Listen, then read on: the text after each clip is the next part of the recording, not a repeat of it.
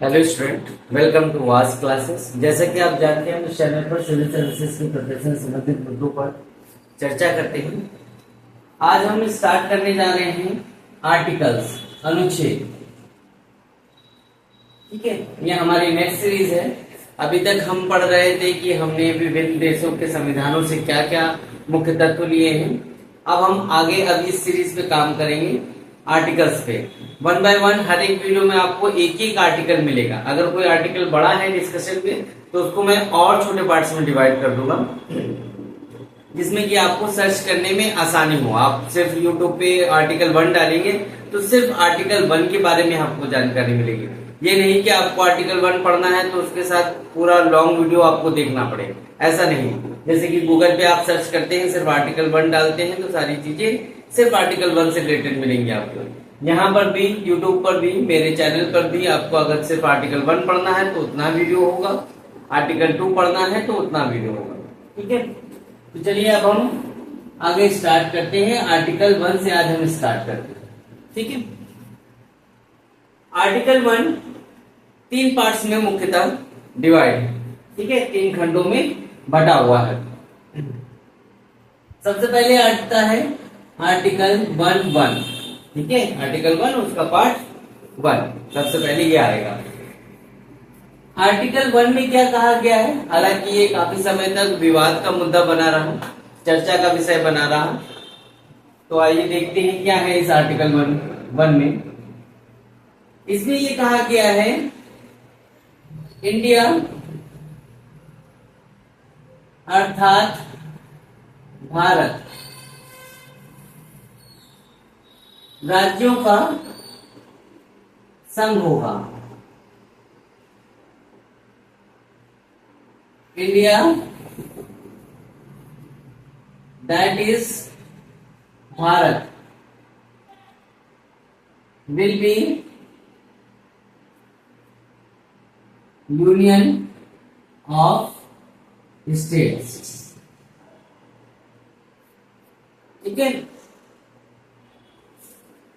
India that is Bharat will be union of state.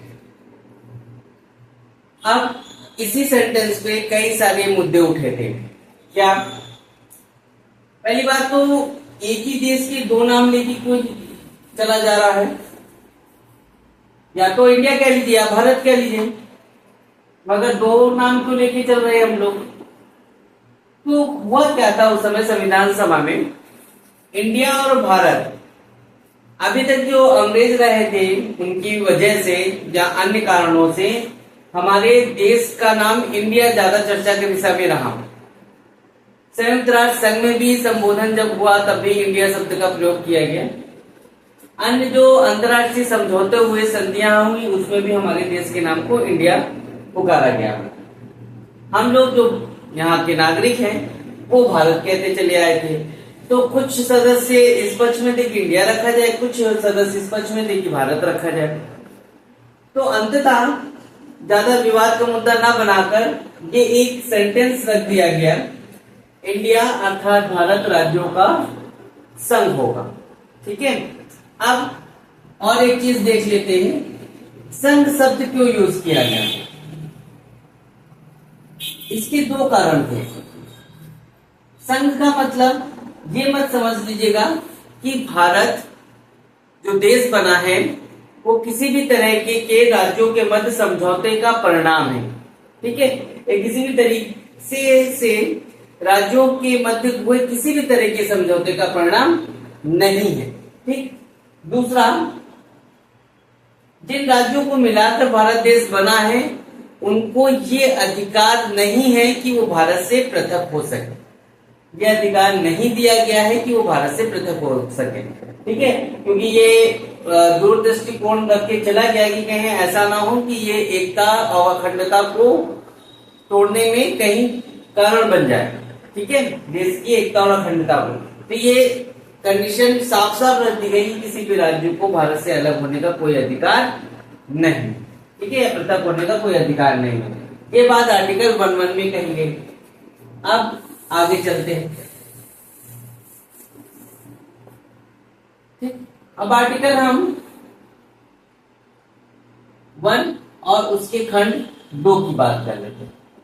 इसमें ज्यादा कुछ नहीं कहा गया, इसमें ये कहा गया है कि राज्य और राज्य क्षेत्र वे होंगे जो प्रथम अनुसूची में निर्दिष्ट किए गए। ठीक है, हम लोग पढ़ चुके हैं 1 से लेकर 12 तक अनुसूचियां, किस अनुसूची में क्या है उसकी शॉर्ट ट्रिक भी पढ़ चुके हैं, कैसे याद रखना है उन शॉर्ट ट्रिक के तरीके, वो सारी चीजें हम लोग पढ़ चुके हैं।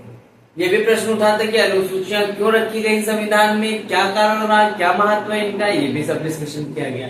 तो आज हम और एक महत्व देख लेते हैं कि अनुसूची, प्रथम अनुसूची में जो भी राज्य या राज्य क्षेत्रों को निर्दिष्ट किया गया है, ठीक है, प्रथम अनुसूची में वही है। ठीक, तो इसमें यहाँ पे लिख लें हम लोग, राज्य और राज्य क्षेत्र वे होंगे, राज्य और राज्य क्षेत्र वे होंगे जो प्रथम अनुसूची में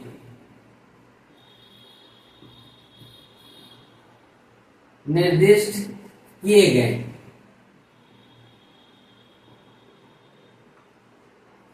राज्य और राज्य क्षेत्र वे होंगे जो प्रथम अनुसूची में निर्दिष्ट किए गए, ये साफ साफ लिखा गया है इसमें। और फिलहाल राज्य कितने हैं हमारे यहाँ? 28। और केंद्र शासित प्रदेश कितने हैं?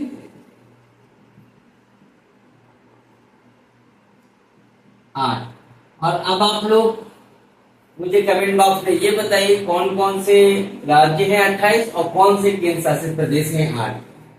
ठीक है, ये आप लोगों का होमवर्क है, समझ लीजिए। मुझे कमेंट बॉक्स में जरूर बताइए कि कौन कौन से राज्य हैं, कौन कौन से केंद्र शासित प्रदेश हैं। ठीक है, अच्छा, अब थर्ड पे आ जाते हैं, आर्टिकल 1। इसमें क्या बात कही गई है? इसमें भारत के राज्य क्षेत्र बताए गए। ठीक है, टेरिटरी।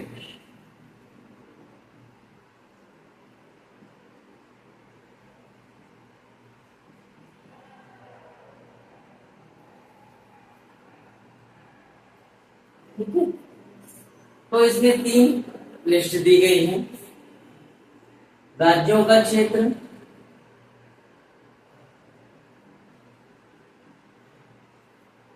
संघ राज्यों का क्षेत्र,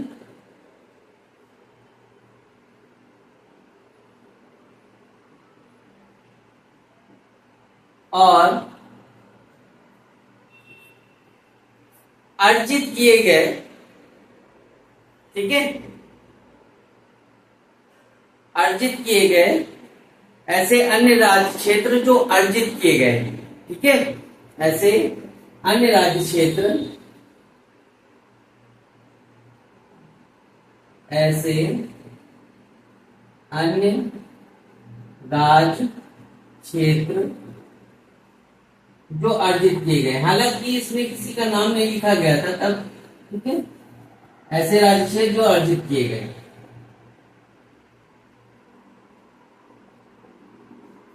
ठीक, तो आर्टिकल 1(3) में ये बात कही गई है, भारत के राज्य क्षेत्र, कौन कौन से राज्यों का क्षेत्र, संघ राज्यों का क्षेत्र, ऐसे राज्य क्षेत्र जो अर्जित किए गए। ठीक है, तो आप इनका स्क्रीनशॉट भी ले सकते हैं, इससे पहले मैंने जो बताया उसका भी स्क्रीनशॉट ले सकते हैं। तो ये सिर्फ आर्टिकल 1 की बात करी थी हमने। ठीक है, तो आपको आसानी होगी यूट्यूब पे सर्च करनी, सिर्फ आर्टिकल 1 डालेंगे तो मेरा वीडियो सबसे पहले आ जाएगा आपके पास। ओके, अन्य किसी आर्टिकल की मैं इस पे अभी बात नहीं करूं। और प्लीज आप लोग अगर मेरा वीडियो पसंद आते हैं तो लाइक शेयर एंड सब्सक्राइब करें और कमेंट बॉक्स में जरूर अपनी डाउट्स एंड क्वेरी जरूर पूछें मुझसे। और मैं अक्सर लाइव भी आता हूं, अगर आपके फेस टू फेस आपको पूछने हैं क्वेश्चन तो भी मैं मौजूद हूँ, आप तब भी पूछ सकते हैं। मैं अक्सर ही अभी फिलहाल लाइव आता रहता हूँ। ठीक है, तब आप वहां पे पूछ सकते हैं मुझसे क्वेश्चन फेस टू फेस, एक नहीं कई क्वेश्चन पूछ सकते हैं, मैं बारी बारी आपके क्वेश्चन को बताता जाऊंगा। तो प्लीज जो सब्सक्राइब आइकन है, बेल आइकन, उसको क्लिक कर दीजिएगा, तो जब भी मैं लाइव आऊंगा तो आप लोगों को नोटिफिकेशन मिल जाएगा। थैंक यू सो मच, आप लोगों की हेल्प करने का मौका देने के लिए थैंक यू सो मच।